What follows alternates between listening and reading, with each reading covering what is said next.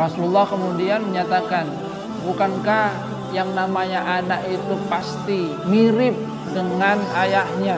Maka mereka berkata, bala, ya pasti. Dan Rasulullah SAW menyatakan, alastum ta'lamuna anna rabbana hayyun la yamut wa anna Isa ata alaihil fana. Ketika mereka sudah mengakui bahwa yang namanya anak itu pasti mirip dengan ayahnya, maka Rasulullah SAW kemudian menyatakan, bukankah kalian tahu bahwa Rabbuna, yaitu Allah Subhanahu wa ta'ala, hayyun la yamut, itu hidup, maha hidup, tidak pernah mati. Sedangkan Isa mengalami fana, dia meninggal. Maka kata mereka, qalu bala, ya benar. Kemudian Rasulullah SAW melanjutkan, qala alastum ta'lamuna anna rabbana qayyimun ala kulli syai' yahfazuhu wa yarzuquhu. Bukankah kalian juga mengetahui bahwa Tuhan kita Allah yaitu zat yang qayyum, yang maha mandiri, yang mengurus segala sesuatu, menjaga alam ini, memberikan rezeki kepada seluruh makhluknya. Mereka kemudian menyatakan, qalu bala fahal yamliku Isa min dzalika syai'an. Kalau begitu apakah Isa itu juga memiliki hal yang seperti itu? Maka mereka kemudian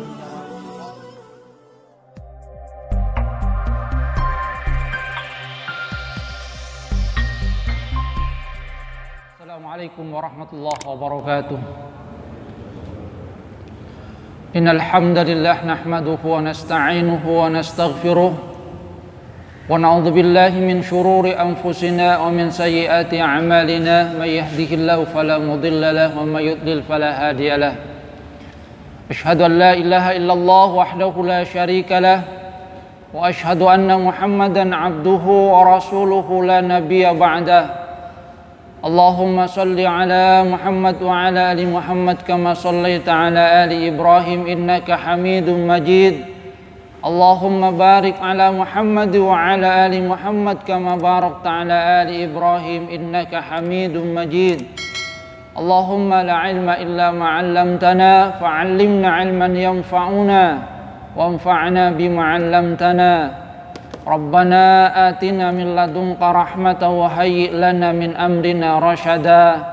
Rabbi shrah li sadri wa yassir li amri wahlul 'uqdatam min lisani yafqahu qawli, amma ba'du. Hadirin jamaah salat subuh rahimakumullah. Alhamdulillah atas segala karunia Allah Subhanahu wa taala, karena kita masih diberikan nikmat oleh Allah Subhanahu wa taala berupa kesehatan, kesempatan bisa masuki waktu pagi, di mana Rasulullah SAW dalam satu hadis yang menyatakan kullun nasi yaghdu, setiap manusia itu diberikan kesempatan oleh Allah Subhanahu wa taala memasuki waktu pagi. Faba'ihun nafsah, kemudian dia itu memperdagangkan dirinya. Famukibikuha au mu'tikuha, ada yang kemudian mencelakakan dirinya dengan melakukan perbuatan-perbuatan yang tidak baik. Tapi ada juga yang mu'tikuha, yang membebaskan dirinya dengan melakukan berbagai aktivitas kebaikan, menebar manfaat di tengah-tengah manusia.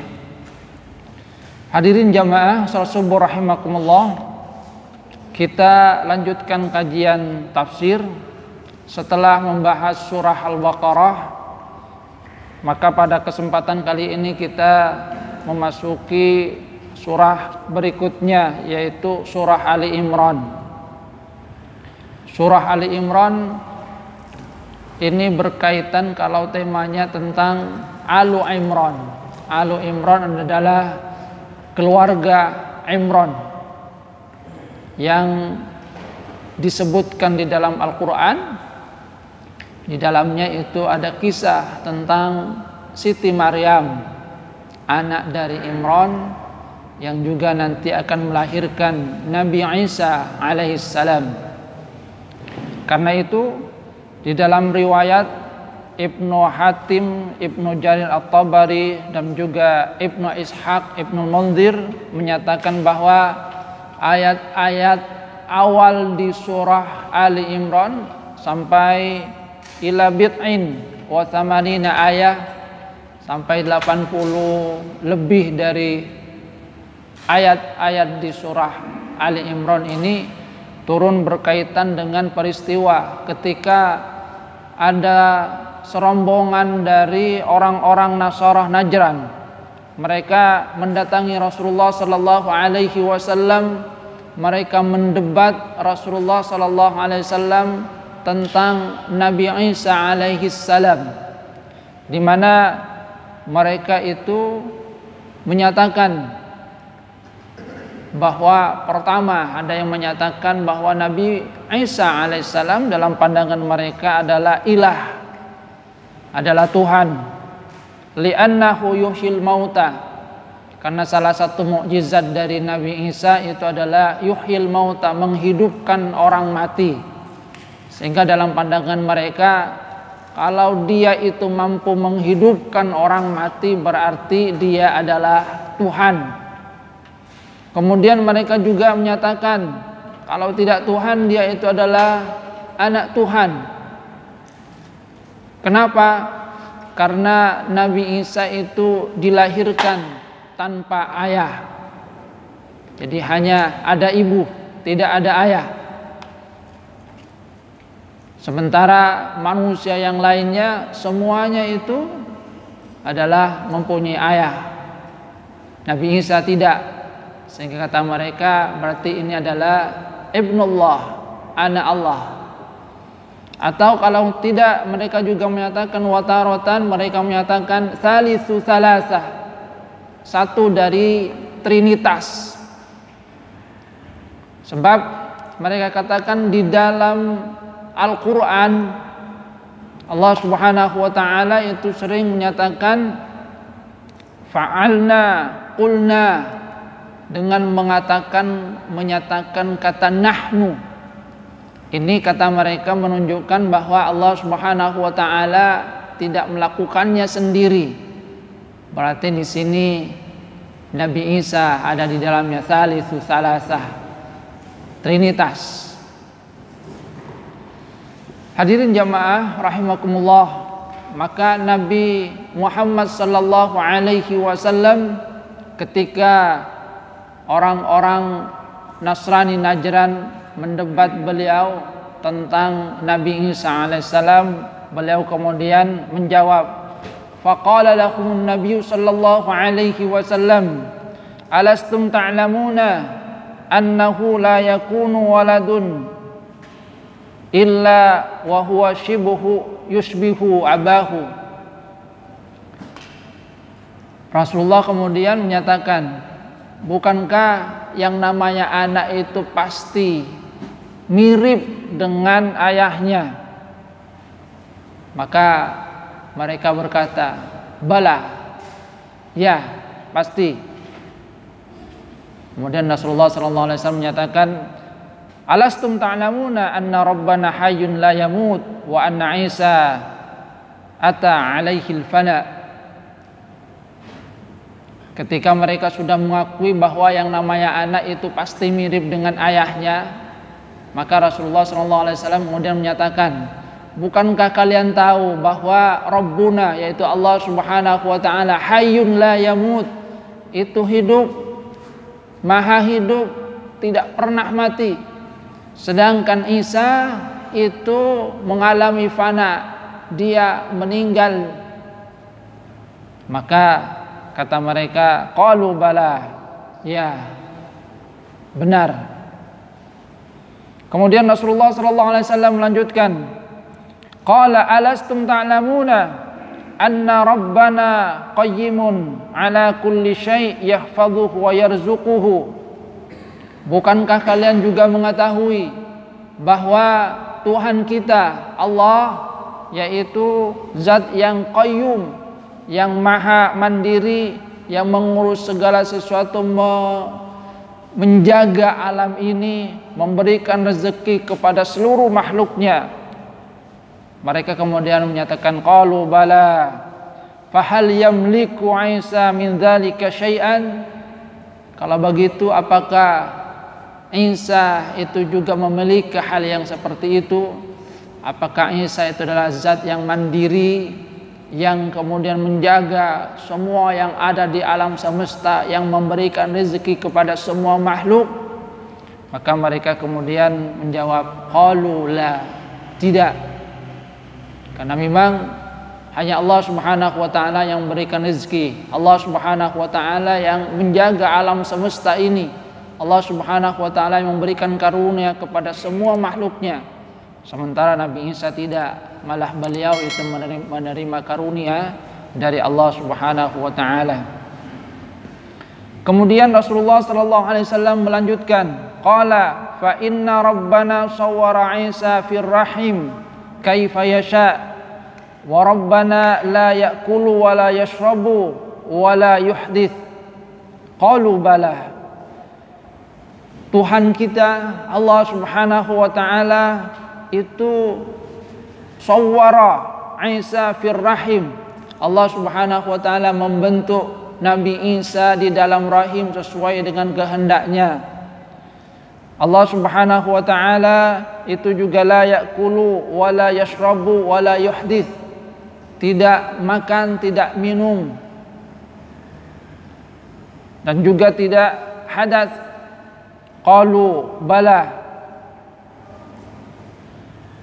Qala alastum ta'lamuna anna Isa hamalathu ummuhu kama tahmilul mar'ah thumma wada'athu kama tada'ul mar'ah waladahu thumma ghuddiya kama yughaddas sabi thumma kana yut'amu wa yashrabu wa yuhdits. Bukankah Isa itu ada di dalam rahim sebagaimana anak-anak yang lain? Kemudian dia juga disapih oleh orang tuanya, dilahirkan, disusui sebagaimana bayi-bayi yang lain. Isa juga makan, minum, hadas. Bukankah itu yang ada pada Isa? Maka mereka kemudian menyatakan qalu bala. Setelah Rasulullah sallallahu alaihi wasallam memberikan jawaban terhadap mereka tentang bagaimana Nabi Isa alaihissalam yang sesungguhnya, kemudian Rasulullah sallallahu alaihi wasallam menyatakan fa kaifa yakunu hadza kama za'amtum. Kalau begitu kenapa kalian masih beranggapan bahwasanya Isa itu adalah Tuhan? Padahal Allah Subhanahu wa taala adalah zat sebagaimana yang digambarkan tadi. Allah Subhanahu wa taala tidak makan, tidak minum, tidak hadas. Allah Subhanahu wa taala yang memberikan karunia terhadap seluruh makhluk Allah Subhanahu wa taala, menjaga alam semesta ini. Sementara Nabi Isa alaihissalam tidaklah demikian. Nabi Isa menerima karunia dari Allah Subhanahu wa taala. Nabi Isa juga ada di dalam kandungan sebagaimana bayi yang lainnya, dilahirkan sebagaimana bayi yang lainnya, diberi makan sebagaimana bayi yang lainnya, disusui. Bahkan Nabi Isa juga makan, minum, dan setelah itu melakukan apa yang disebut dengan hadas, buang air besar, buang air kecil. Sementara Allah Subhanahu wa taala tidak. Bagaimana kalian masih berpandangan bahwa Nabi Isa itu adalah Tuhan? Maka mereka pun kemudian terdiam. Kemudian Allah Subhanahu wa taala menurunkan ayat-ayat di dalam surah Al-Baqarah untuk menunjukkan kepada mereka tentang kelemahan dari hujjah mereka, tentang kesalahan pandangan mereka mengenai Nabi Isa alaihissalam. Kita bahas beberapa ayat di awal surah Al-Baqarah. Firman Allah Subhanahu wa taala, a'udzubillahi minasyaitonir rajim. Bismillahirrahmanirrahim. Alif lam mim. Allahu la ilaha illa huwal hayyul qayyum. Nazzala 'alaikal kitaba bil haqqi musaddiqan lima bayna yadayhi wa anzala at-taurata wal injil min qablu hudal lin-nasi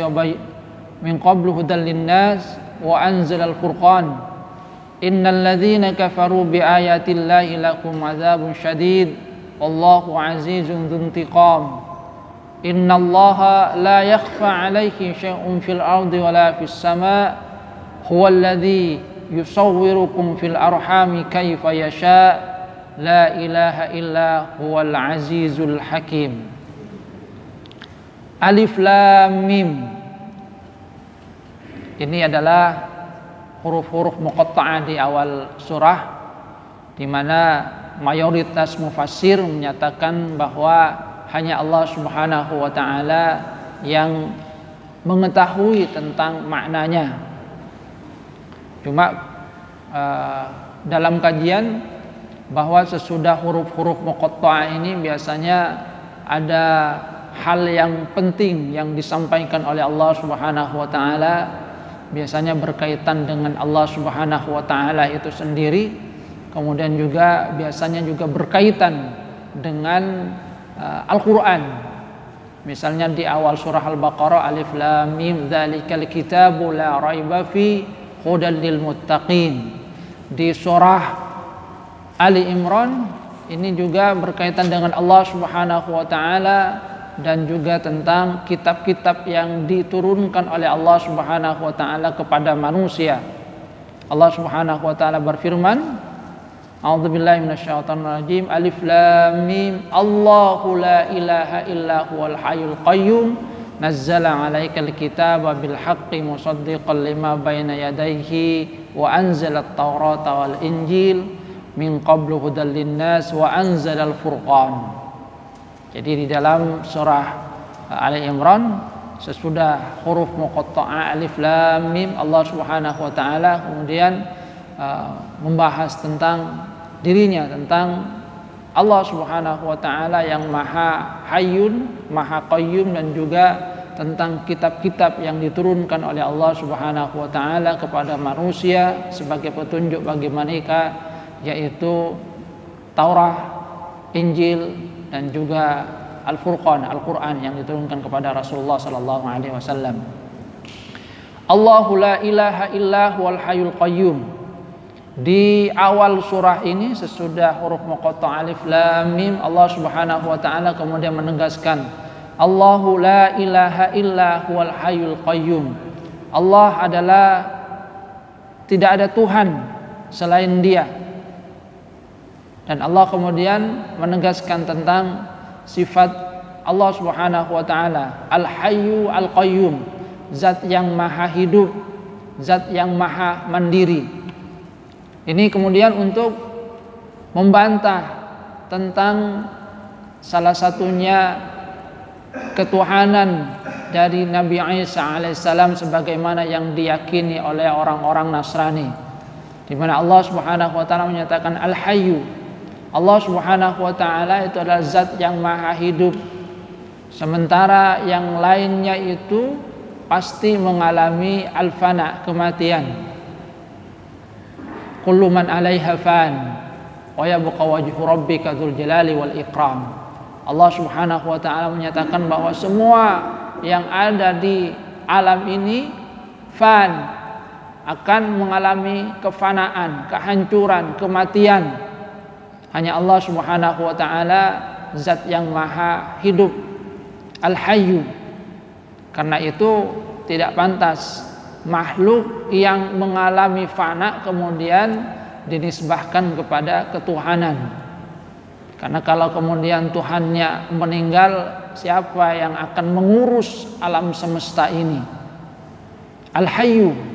Kemudian yang kedua adalah Al-Qayyum, zat yang maha mandiri, yang mengurus segala apa yang ada di alam semesta ini. Allah Subhanahu wa taala tidak butuh kepada makhluk, justru makhluk itulah yang butuh kepada Allah Subhanahu wa taala. Allah Subhanahu wa taala yang memberikan karunia kepada seluruh makhluknya, menjaga makhluknya, memberikan rezeki kepada makhluknya.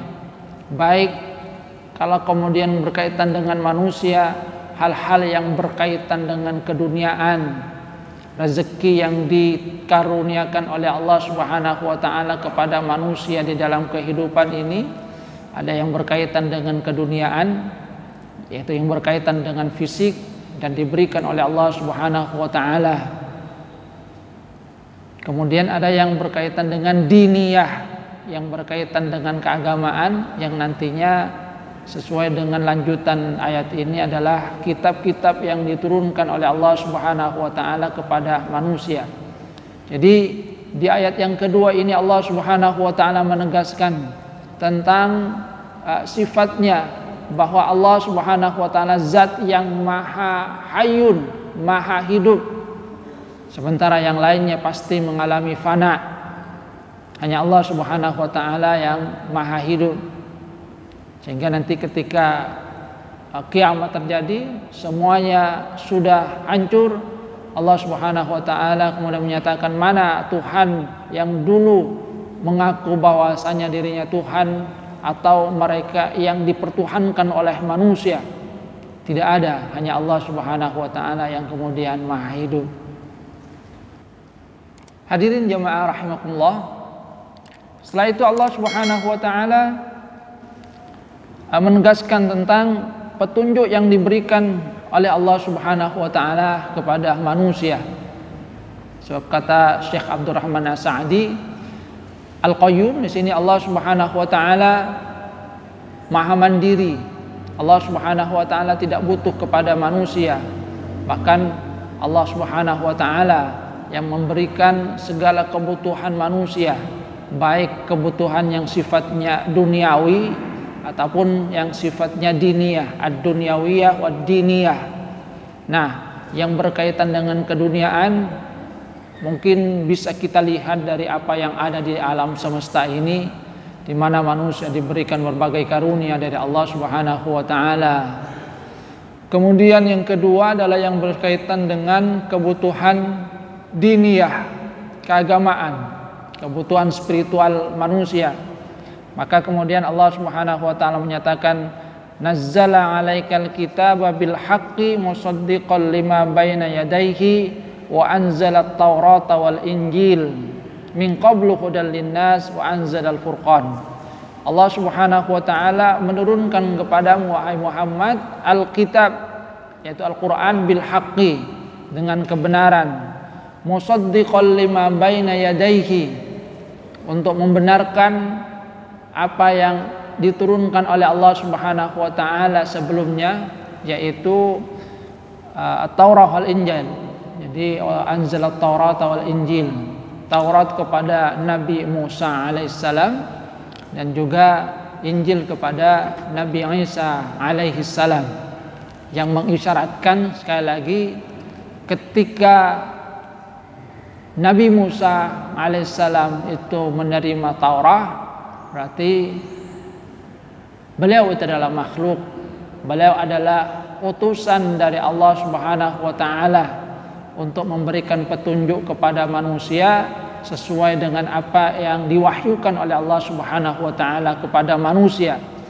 Demikian juga Nabi Isa alaihissalam, ketika Nabi Isa menerima Injil dari Allah Subhanahu wa taala, kitab petunjuk bagi manusia, berarti Nabi Isa juga adalah utusan dari Allah Subhanahu wa taala, bukan Tuhan sebagaimana yang diklaim oleh orang-orang Nasrani. Sebab kalau Tuhan, maka dia tidak akan perlu untuk menerima petunjuk dari Allah Subhanahu wa taala. Karena dia sendiri yang kemudian memberikan petunjuk. Karena Tuhan dari alam semesta ini itu kan yang maha mengetahui tentang apa yang terbaik bagi hambanya. Jadi Nabi Isa menerima Injil, itu berarti Nabi Musa adalah utusan Allah Subhanahu wa taala, Nabiullah, Rasulullah, bukan ibnullah, bukan juga ilah. Jadi adalah utusan Allah untuk apa?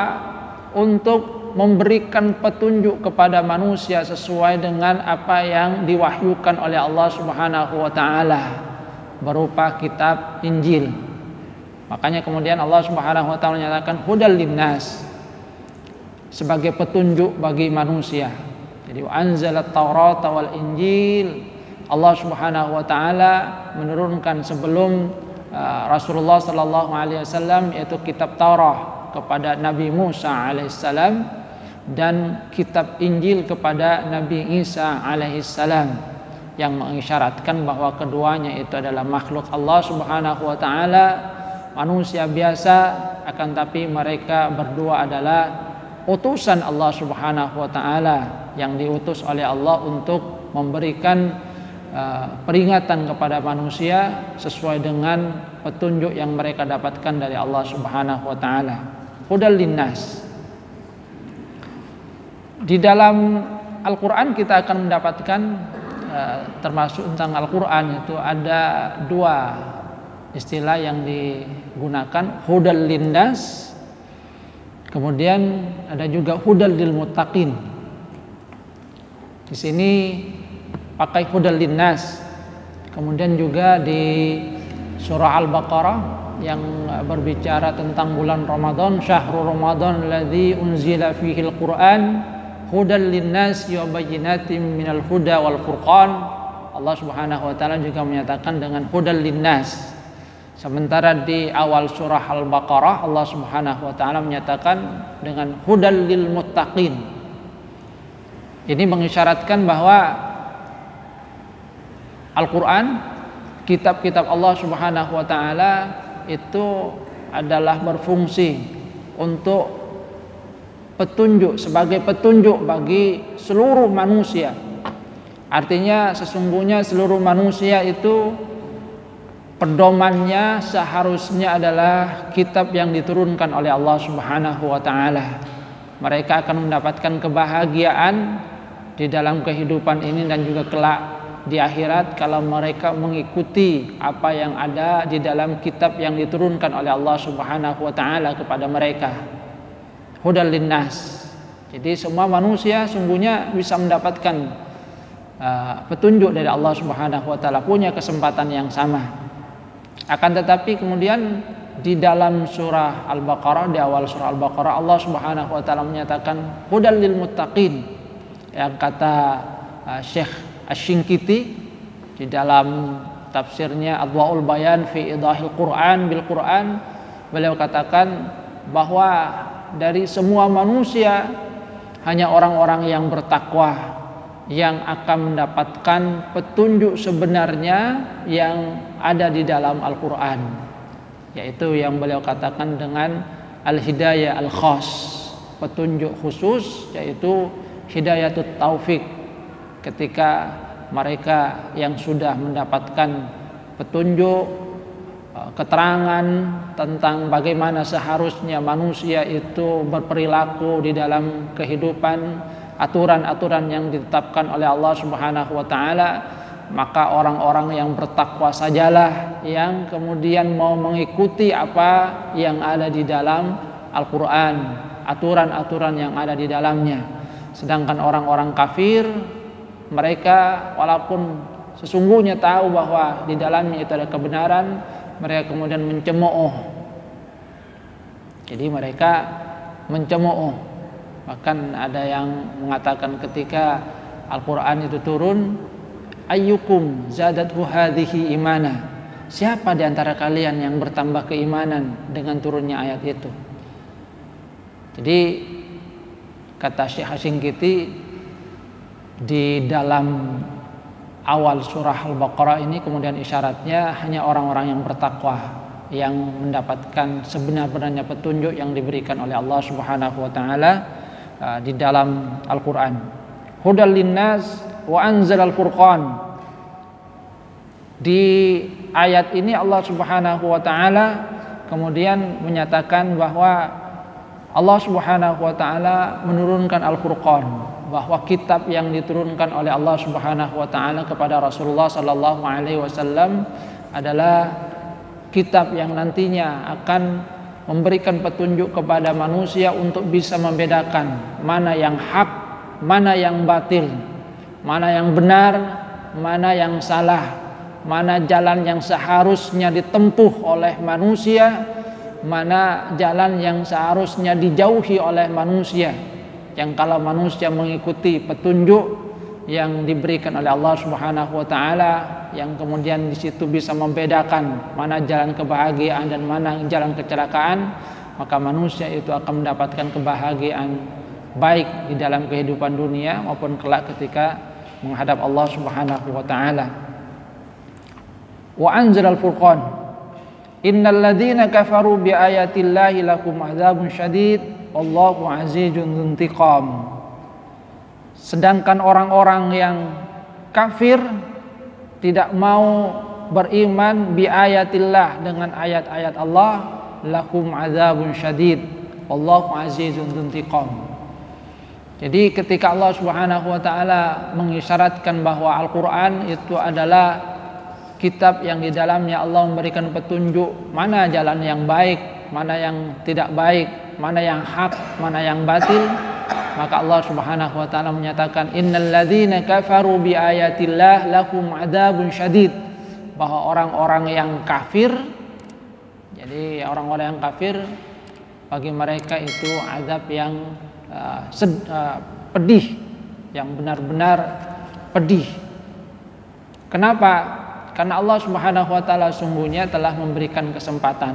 Makanya seperti yang saya katakan tadi, dari hudal linnas, kemudian isyaratnya di awal surah Al-Baqarah, hudal lil muttaqin, hanya orang-orang yang bertakwa yang benar-benar mendapatkan petunjuk yang sebenarnya yang ada di dalam Al-Qur'an. Adapun orang-orang kafir itu zadatuhum rijsan ila rijsihim. Kalau orang-orang yang beriman itu zadatuhum imanan ila imanihim, maka turunnya ayat Al-Qur'an ketika mereka membaca ayat-ayat Al-Qur'an akan menambah keimanan. Di samping keimanan yang ada pada diri mereka, bertambah keimanan mereka kepada Allah Subhanahu wa taala, bertambah keyakinan kepada Allah Subhanahu wa taala. Tapi orang-orang yang kafir itu zadatuhum rijsan ila rijsihim.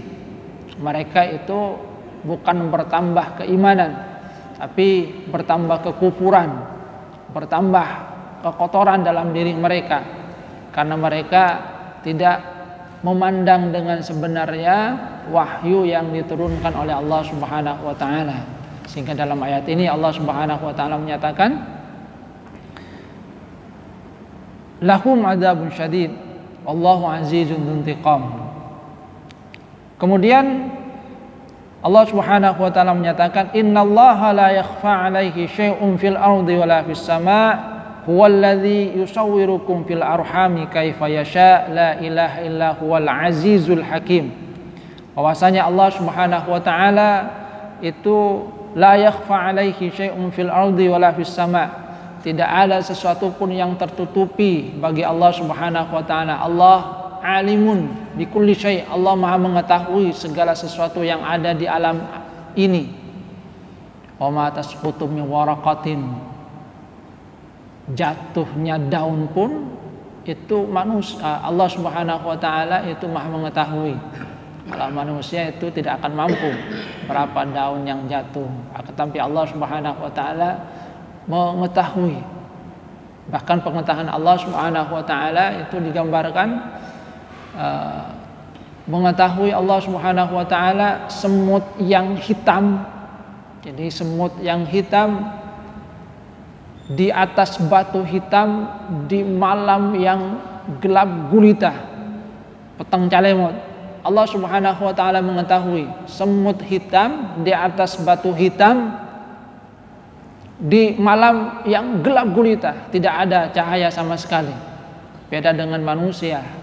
Manusia itu kalau tidak ada cahaya sudah tidak tahu, tidak mengetahui, tidak bisa melihat. Apalagi semut hitam di atas batu hitam di tengah malam gelap gulita.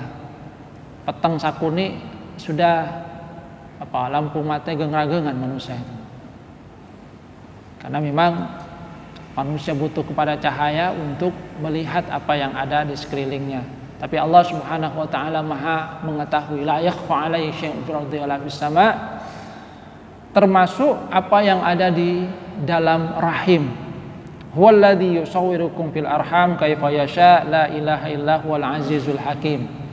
Kaitannya dengan apa yang diyakini oleh orang-orang Nasrani, maka seperti yang sudah diisyaratkan oleh bantahan Rasulullah sallallahu alaihi wasallam, Allah Subhanahu wa taala yang menciptakan Nabi Isa, Allah Subhanahu wa taala yang membentuk Nabi Isa sesuai dengan kehendaknya di dalam rahim ibunya, yaitu rahim Maryam. Termasuk kalau di dalam ayat ini ya semua manusia. Allah Subhanahu wa taala mengetahui ma fil arham, apa yang ada di dalam rahim. Karena ada di dalam hadis dan juga dalam ayat Al-Qur'an beberapa rahasia yang hanya Allah Subhanahu wa taala mengetahui, di antaranya adalah ma fil arham wa ya'lamu ma fil arham. Allah Subhanahu wa taala yang mengetahui apa yang ada di dalam rahim. Manusia itu paling menduga-duga. Memang sekarang mungkin ada pengetahuan yang sudah bisa mendeteksi ini bayinya seperti apa, kira-kira lahirnya itu laki atau perempuan. Tapi tetap saja itu adalah prediksi dan tidak semuanya akurat sesuai dengan perkiraan. Dan ini yang pernah terjadi itu. Sudah dikatakan oleh dokternya, ini kamu nanti anaknya laki-laki. Sudah gembira itu ibunya, karena memang mengharapkan anak laki-laki. Ketika lahir kemudian perempuan, karena dokternya laki-laki, ini kok perempuan? Ya karena memang dokter itu adalah manusia, hanya berdasarkan pengetahuan yang dia miliki, berdasarkan kemajuan teknologi, kemudian mengira sesuai dengan prediksi pengetahuannya bahwa anaknya ini kemungkinan laki-laki ataupun perempuan. Tapi yang sebenarnya itu hanya Allah Subhanahu wa taala yang mengetahui. Jadi ada beberapa peristiwa di mana ya tetap saja hanya Allah Subhanahu wa taala yang mengetahui. Manusia hanya memprediksi, yang sebenarnya itu hanya Allah Subhanahu wa taala. Hadirin jamaah salat subuh rahimakumullah. Jadi di ayat-ayat ini Allah Subhanahu wa taala kemudian mengisyaratkan tentang bagaimana Allah Subhanahu wa taala sebagai Tuhan dari semesta alam yang la ma'budu illa Allah, tidak ada yang berhak disembah kecuali Allah Subhanahu wa taala. Dan salah satu sifat dari ketuhanan itu adalah Al-Hayyul Qayyum, zat yang maha hidup, zat yang maha mandiri. Sebab kalau kemudian Tuhannya meninggal, siapa yang akan mengurus alam semesta ini? Kalau Tuhannya butuh, bagaimana? Siapa yang akan memberikan kebutuhannya? Tuhan adalah zat yang tidak butuh kepada makhluknya, justru makhluknya lah yang kemudian butuh kepada Allah Subhanahu wa taala, butuh kebutuhan fisik duniawi, termasuk juga kebutuhan mental spiritual berupa petunjuk diniyah. Dan di dalamnya kemudian Allah Subhanahu wa taala mengisyaratkan Allah telah memberikan itu kepada manusia, kebutuhan-kebutuhan duniawi dan juga kebutuhan diniyah melalui wahyu yang diturunkan oleh Allah Subhanahu wa taala. Sehingga isyaratnya, ambillah karunia Allah Subhanahu wa taala dengan sebaik-baiknya, supaya kita bisa menjadi bagian dari hamba-hambanya yang bahagia di dunia maupun kelak di akhirat. Mudah-mudahan apa yang kita bahas bermanfaat. Mudah-mudahan Allah Subhanahu wa taala memberikan kita hidayatu at-taufik yang diberikan oleh Allah Subhanahu wa taala kepada orang-orang yang bertakwa. Amin ya rabbal alamin. Kurang lebihnya mohon maaf. Wabillahi taufiqul hidayah war ridha wal inayah. Subhanakallahumma wa bihamdika asyhadu an la ilaha illa anta astaghfiruka wa atubu ilaik. Assalamualaikum warahmatullahi wabarakatuh.